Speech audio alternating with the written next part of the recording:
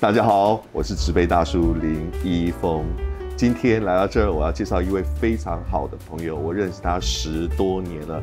他是苏格登的前任首席调酒师 Maureen 女士，她也是全苏格兰第1位最知名的女性调酒师。她前些年刚从苏格登退休，然后马上就被挖角到美国的 Kentucky 担任首席调酒师。那听到这个东西，我非常的兴奋，因为我们知道苏格兰威士忌细致优雅的美丽，而美国威士忌浓郁饱满厚实的美丽。而我一直想着如何融合的苏格兰威士忌的优点跟美国威士忌的优点，或许我们可以从 Maureen 找到这个平衡点哦。接下来我们来邀请我们的 Maureen 女士来介绍她的新作品。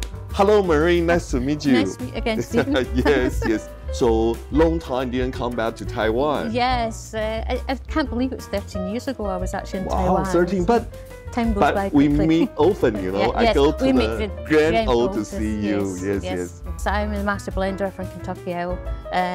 It was one of these things where I actually worked on the project of the Maester edition, and then I was asked if I would become the Kentucky Master Blender because John Ray, who was a Master Blender, decided to retire. So I was asked if I'd take on the mantle. Kentucky Old for us is a kind of new brand, not like a Scotch whiskey so famous. So can you introduce us to more about the information? Yes, Kentucky Owl was actually created. Charles Mortimer Deadman actually built a distillery on the river Kentucky, and it was actually on some land that he was given by his father-in-law. He created a really good whiskey that was really popular with the consumer and for its quality and taste. What happened was Prohibition came along in America, so things kind of got where he did try and do it for sort of maybe medicinal purposes, but then the government came in and everything was just totally banned. So all his Kentucky stocks and casks were confiscated by the government, and they were put actually into a warehouse, a government warehouse. And then mysteriously that government warehouse went up in flames, and all the stock was gone. But rumour has it that it actually had already been taken out the warehouse and had been moved elsewhere. To maybe up to Chicago, but again that's just rumour. We haven't got any proof of that. So actually after Prohibition the brand actually disappeared. It just no longer was.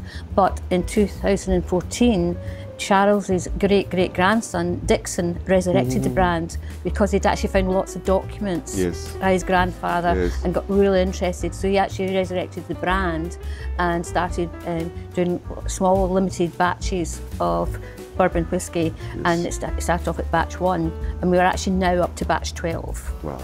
So Kentucky Old is an old brand, but it's a new generation. Yes, that's true. Yes, that's what it is, yes. So modern taste, but it's a very old traditional of a bourbon. Actually, Kentucky Owl confiscated was created by Dixon, then continued with John Ray. It was actually a tribute to that confiscation of all these casks. So it's a tribute to all the casks that were lost. So tell us why you decided to join Kentucky Old, this kind of American bourbon. Well, originally I was asked to do the project for the project Maester, and so it was there. I did the project, and then but I did meet John and having conversations with John. I knew John was thinking about retiring. John, like me, he was a veteran in the bourbon industry. He actually worked for Four Roses for 40 years. He retired and then decided to, he was then asked if he would join Kentucky Owl, and he did. And a bit like me, I worked for Diageo for 45 years, and then I retired, and I came back for this project. I think they make the right choice. Thank you. Because doing the Project Maester, or I keep on calling it Project Maester, but Kentucky Owl Maester, I was really intrigued by the remit they asked me to do, and it was they wanted a 100% bourbon, but they wanted it to taste and the aroma and taste to be very reminiscent of a Scotch whiskey. And I was a bit sort of, oh, this could be good. I'm not too sure how I'm going to do that. So that's what really pulled me into the actual project, because I thought that would be really interesting to do.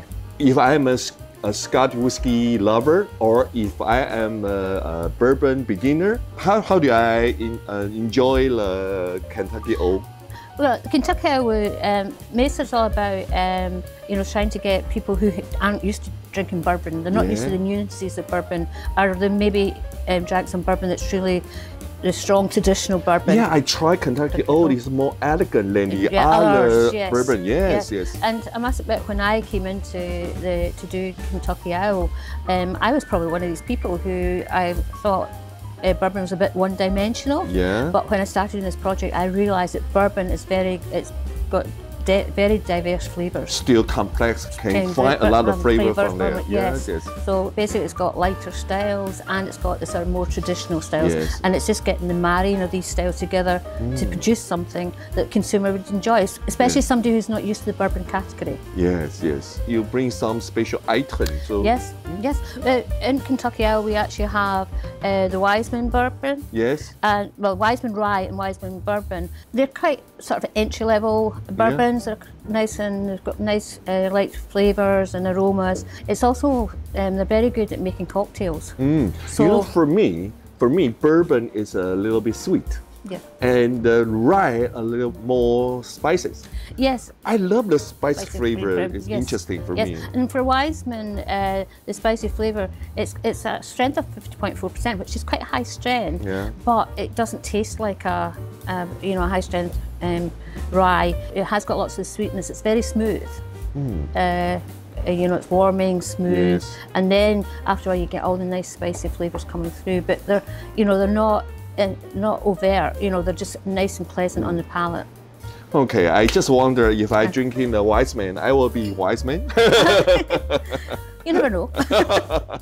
So this four kind of bottle is long and beautiful. Yes. The confiscated I mentioned before, that's the one that confiscated. Yes, that's the one where it's all about the confiscation of the barrels and prohibition. So that's why it's called confiscated, because it's all about the... I see the year 1916.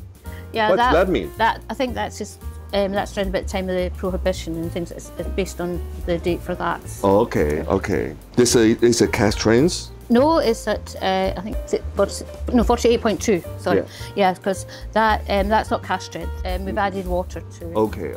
Why decide this kind of alcohol? Again, when you're actually creating new whiskies, you're actually you actually do them at various strengths, and sometimes you then decide, oh, that's the right strength for that product, because basically you're bringing out all the flavours you're looking to bring to that product. Why you find that we've got different strengths in the portfolio. With the next three brands, the St. Patrick's, the Takumi and Maester, these are all part of our collaboration series, our international collaboration series. These are all at 50% strength. Okay. And the reason we did that was because we decided 50% was the best strength to do them at, but also these are all different styles of whiskey, bourbons. And so what we're trying to do is people to understand the styles, not the strength. So Kentucky Owl don't be controlled by alcohol percentage, but use the alcohol percentage talk the story and also about the aroma and flavour. What's the best strength to bring that aroma and flavour to the front? These three different kind of is beautiful. So I know this blue one is your work. Yes, that's my work. These two one. Yeah, but the St. Patrick's, John Ray was a master blender who was collaborated with other master blenders throughout the world to do this. And St. Patrick's is actually, it's trying to do a bourbon through Irish eyes. So have an Irish style? It's an Irish style, yes, it's an Irish style. Irish style American bourbon. Yes. When we started this series, it was to get across, because these are 100% straight bourbons. People, when you start talking about Irish style, Japanese style and Scottish style, people think, oh, you've added in Irish whiskey, but no, we haven't. It's 100% bourbon, and it's all about getting the styles what we're looking for, and that is all about doing lots of you just nosing and sampling lots of casks just to get the flavour styles you're looking for. That's wonderful. This is a kind of culture combination. Yes, it is. It was. I really enjoyed doing this project. Takumi is the Japanese style one. Yeah, I can see. 限定版. Yeah. And Takumi means master. Ujo, yeah. Takumi, Japanese. yeah. Takumi. So he's a Japanese whiskey master blender? Yes. Okay. Well, he was actually a master distiller, and his name is Yahisha Yusuke. Oh, Yahisha Yusuke. Yes, okay. And he's a young master distiller, up and coming master distiller in Japan, and he's actually at Yagahama Distillery, which is one of the smallest distilleries in Japan. So this is a Japanese style American bourbon. Yes. Interesting. This is your work. Now, this is my work. And I can drink it. Yes, you can drink it. Again, as I said earlier on, the task was about getting an American bourbon that the aroma and flavour is reminiscent of a Scotch. And again, what I said earlier on, how we did that was just bringing in lots of samples, nosing and tasting, and then between John and I, he would make up some little recipes, hand them on to me, I'd have a look at them, then I'd play around with them again, then pass it back to him, till eventually we came back to what's in the bottle. Okay, before we drink, I want to ask Maureen, which one of bourbon you like more? Is rye, wheat, or corn? What kind you like? I think they've all. I don't think I've actually got a favourite. Okay. Because to me it's all a combination of flavours. Yes. You know, I like the sort of spicy, rich spiciness you get with the rye. Yes. But also with the rye bourbon, Yeah. again you've got that rich spice, but you've also got lots of other sweetness on top of it, and vanilla and things like that. With the wheat bourbon, from a blender's perspective, the wheat bourbon is very good for actually, it's a lighter style. Wheat bourbon, what kind of flavor will come more? You get more of the sort of citrus fruits, fresh fruits, and you know, just that whole. If you think about from a Scotch perspective, if you think of like a light Speyside, so it's almost like, you know, so it's almost like that style. But the lighter Speyside, not the heavier ones, but the lighter style. So if I want this bourbon more Highland style, maybe more rye. Yes, more Speyside. Wheat, yes. And the interesting thing is, all three of the collaborations, we all use rye bourbon and wheat bourbon, but we use different percentages to get the style we wanted. So and different vintage, different years. Yes, and you know, most of all of these are all like 4 to 9, 13-year-olds. Like say the St Patrick's was 4 to 9-year-old, Takumi was 4 to 13-year-old, and the Maester is a 4 to 9-year-old as well. So again, it's using that combination. When you're blending, you've got the combination of the age, you've got a combination of different cask types, because that's one thing I was surprised when I came into doing this project, is the fact that bourbon actually uses different charring levels. I always assumed it was all one charring level, you know, New American Oak charred, and that was it, but you actually have different charring levels. You've got what the term is C1, which is a lighter style, going up to a C4, which is a really heavily charred cask. And then underneath that, you toast it. So you can do different toasting levels as well. Wonderful. Because in Scotland, not so many people talk about the level of char or level of toast. But American whiskey, they say, is very important, right? Yes, because the American char is equivalent to the Scotch. Let's say, you know how you use refill casks, sherry casks, you know, ex-bourbon casks, you know, so that's the American equivalent. Yeah. I want to drink right now. So first impressions is you'd actually think you're nosing a Scotch. Yes. Not so many woody, not so, you know, some American whiskey a little bit dry smell, woody smell. This is very smooth in the nose. There's no nose prickle, and you get the sort of citrus fruits coming through, and almost like aromatic green floral notes. Yes. Some green apple, a lot of fruity flavor. And then after a while you start to get, there is a sweetness there, but the fruitiness starts becomes like stewed fruits. So it's like, you know, if you're baking an apple pie, if you're talking about apples, if you bake an apple, you're adding sugar and you're stirring it up, and you get that and you get that sweetness coming through. Then what comes through is you then start getting the sort of spicy, rich notes of the bourbon coming through. And this kind of sweet smell is a lot of layer. Wonderful. you get the sort of spicy richness, but then you can then start getting what we term as the vanilla fudge aroma, which is reminiscent of what you'd expect a bourbon to be. So basically you get the Scotch notes first, then you get the bourbon notes. Beautiful. Can I? You can taste it.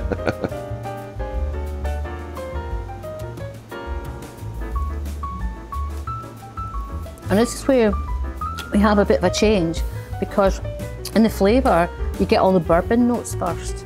You know, you get the sort of rich spiciness, you get the sweetness of vanilla, then the sort of citrus notes start to come into your palate, and then you know, fresh fruits, and again you get this sort of stewed fruits coming through, and that's almost like you get, you know, on the palate it's quite creamy on the roof of your palate. And it's warming but not harsh. It's just very smooth going down. It tastes like a tropical fruit, honey flavor. Wow, interesting. And the interesting thing about this product is that if you actually add a touch of water, in the aroma, it doesn't actually change the aroma, but it does enhance the bourbon aromas. But when it comes to the taste, what you find is you get all the Scotch flavours come first, then you get the bourbon flavours. So it's a bit of a journey. Yeah, that's quite a good balance. Wow. 我从这一次呢，这个 Maureen 呢调和的用苏格兰的思维跟技法来调和美国威士忌这件事情呢，发现他找到了苏格兰威士忌跟美国威士忌的一个特殊平衡。我觉得这有可能是威士忌世界的未来，各种不同文化的融合，找到文化的最优势，或许就是威士忌下一个世代最好的出路呢。Cheers, Maureen. Cheers. You are my Mama Sue, but right now you are Mama O right now. All right, thank you. Cheers. Cheers. Mama O.